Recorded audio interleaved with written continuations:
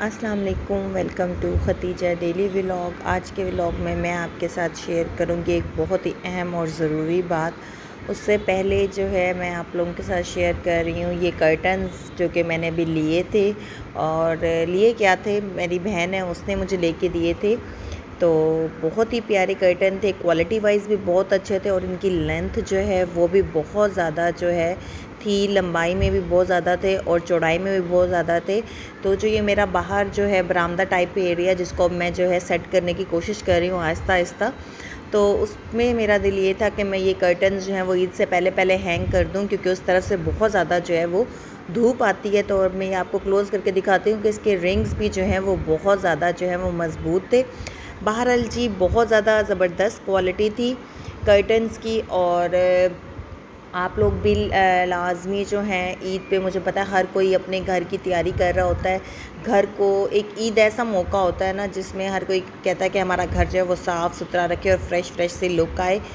जी इसके बाद जी मैं आप लोगों के साथ शेयर करने वाली हूँ, मेरे लिए ख़ुद बहुत ज़्यादा ये सरप्राइज़ था कि मेरे हस्बैंड जो हैं वो कल जब आए हैं तो वो मेरे लिए ये परफ्यूम लेके आए थे और बहुत बहुत अच्छा था। वैसे मैं ज़्यादातर जो है ना परफ्यूम्स ख़ुद अपनी चॉइस से लेती हूँ। ये बात मेरे हस्बैंड को पता है कि मुझे परफ्यूम्स बहुत कम पसंद आते हैं और उनकी चॉइस के, सच पूछे तो। हाँ, अगर कैजुअली आम परफ्यूम्स लेने हो जो कि रूटीन वाइज इंसान यूज़ कर रहा होता है तो वो तो उन्हें पता है कि मैं ब्लू लेडी या रोमांस परफ्यूम है वो यूज़ कर लेती हूँ। लेकिन देखें अब वो लाए थे तो मैंने अभी ओपन भी नहीं किया था, क्योंकि मैंने यही सोचा था कि मैं ओपन भी आप लोगों के सामने ही करूँगी। तो जब मैंने इसको, आप यकीन मानेंगे, ओपन किया है ना, और तो मैं इसकी लुक वाइज तो ये मुझे बहुत ज़्यादा खूबसूरत लग रहा था। और इसके साथ साथ मैं भी आगे आपको इसकी प्राइस बताऊंगी तो आप लोग हैरान रह जाएंगे। और ये देखें कि लुक वाइज भी बहुत बहुत खूबसूरत लग रहा था कि किसी को प्रेजेंट देने के लिए यानी गिफ्ट देने के लिए बहुत अच्छा है। बहरहाल मेरे हस्बैंड ने आज मुझे टू मच सरप्राइज़ कर दिया था कि वो फ्रेगरेंस वगैरह कभी भी नहीं मेरे लिए लेके आए ना। और चीज़ें हों, क्लॉथ्स हों, शूज़ हों, ये फिर भी दे देते हैं, लेकिन फ्रेगरेंस उनको पता है कि मेरी अपनी चॉइस होती है तो वो बहुत कम जो है लेके आते हैं। तो मुझे बहुत अच्छी लगी थी बहरहाल फ्रेगरेंस उन परफ्यूम की। तो ये था जी मेरे हस्बैंड की तरफ से मेरे लिए सरप्राइज़।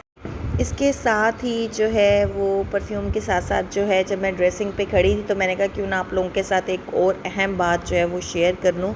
तो वो जी ये है बोस डर्म ऑयल। अब आप लोग सोच रहे होंगे कि ये मेरे साथ, हमारे साथ क्यों ये चीज़ शेयर कर रही हूँ, तो मैं इसलिए शेयर कर रही हूँ कि बाज़ औक़ात ना जिन जेंट्स को, जैसे अब मेरे हस्बैंड है ना, उनको आजकल ये बहुत ज़्यादा इशू चल रहा है कि ये ना मौसम की वजह से उनको ना सर में बहुत ज़्यादा ना खुश्की सी हो जाती है, ड्राइनेस हो जाती है। और बाज़ औक़ात वो ड्राइनेस इतनी ज़्यादा हो जाती है कि बाकायदा ना पापड़ियाँ सी उतर रही होती हैं।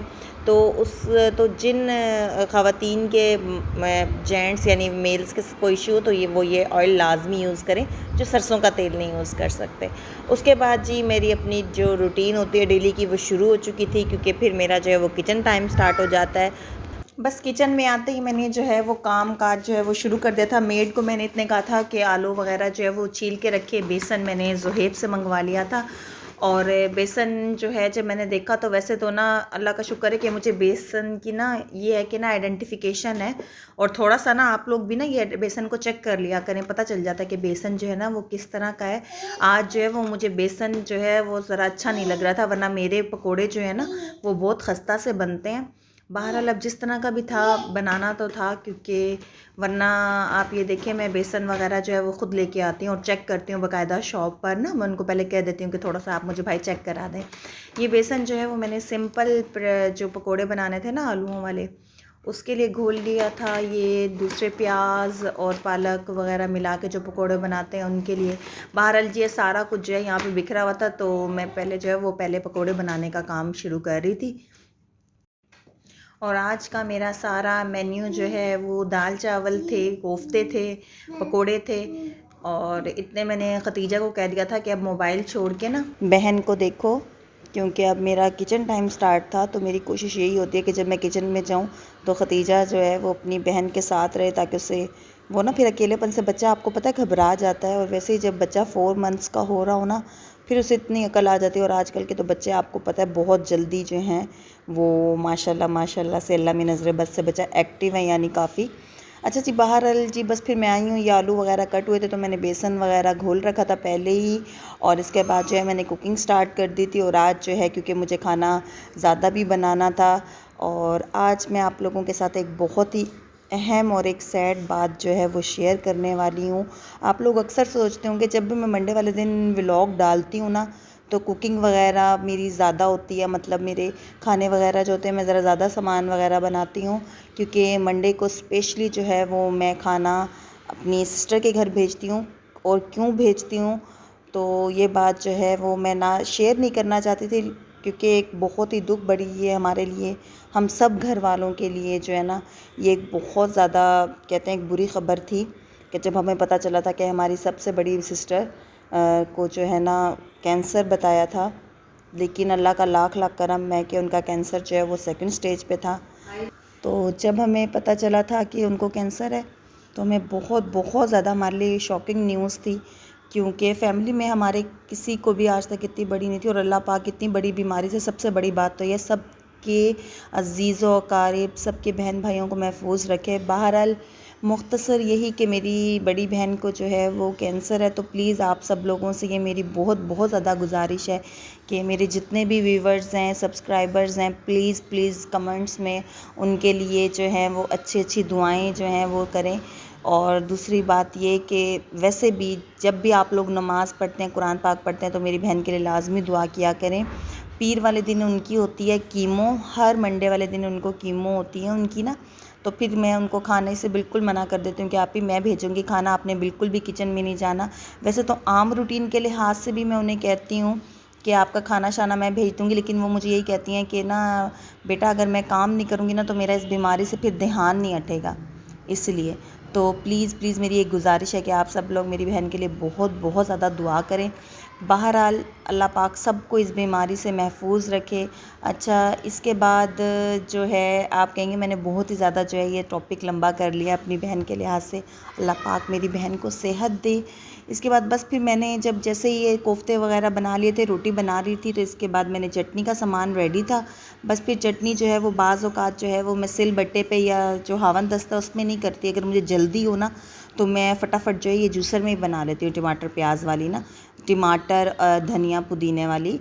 तो इसके बाद बस मैंने ये चटनी बनाई है, लेकिन आज जो है वो चटनी इतनी अच्छी नहीं बनी थी, शक्ल भी जो है वो अच्छी नहीं आई थी, क्योंकि टमाटर मुझसे ज़्यादा हो गया था और धनिया पुदीना जो है वो कम रह गया था। अच्छा, आप इसमें ना थोड़ा सा लहसुन भी डाल लें, कुछ लोग जो है ना इस चटनी को लहसुन डाल लें तो लहसुन का टेस्ट पसंद करते हैं।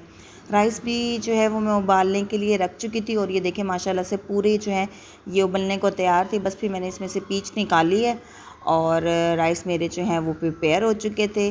फिर इसके बाद मैंने तड़के का सामान रेडी किया है, और तड़के के सामान में बाज़ औक़ात लोग जो हैं वो तड़का लगाते हैं सिर्फ ज़ीरे का, लेकिन मैं जो हूँ वो हमेशा तड़का लगाती हूँ, ज़ीरा भी डाल देती हूँ, थोड़ा सा प्याज एंटर करती हूँ, सब्ज़ मिर्च एंटर करती हूँ, तो उससे जो है ना वो दाल का बहुत अच्छा सा टेस्ट जो है ना वो डेवलप हो जाता है। लेकिन आप एक कोशिश करें कि जब भी तड़का लगाएं ना तो इतना ज़्यादा प्याज को जो है वो ब्राउन मत करें, ठीक है, क्योंकि जैसे ही ज़्यादा ब्राउन होना शुरू होगा ना प्याज, फिर वो ब्लैक होने की तरफ जाने की करता है। तो कोशिश करें जैसे ही लाइट ब्राउन सा शेड आने लगे आप लोग फ़ौरन से जो है वो तड़के को उतार लें और दाल के अंदर डाल लें। तड़का मेरा जैसे ही रेडी हुआ मैंने फ़ौरन जो है वो दाल के अंदर, पहले ही जो कि दाल मेरी प्रिपेयर थी तो मैंने इसमें डाल लिया है।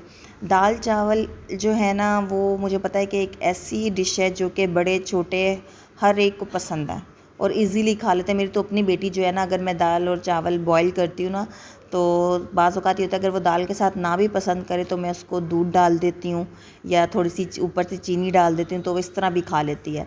बहरहाल जी, ये था मेरी आज की रूटीन। तो आई होप आपको मेरा आज का व्लॉग अच्छा लगा होगा। प्लीज़ दुआओं में याद रखिएगा, और मेरी एक बात याद रखें कि हमेशा बुरी नज़र वाक़ई में ही खा जाती है, तो बेशक अपना सदका वगैरह लाजमी दिया करें। ठीक है जी, ओके जी, मिलते हैं अगले व्लॉग में। अल्लाह हाफ़िज़।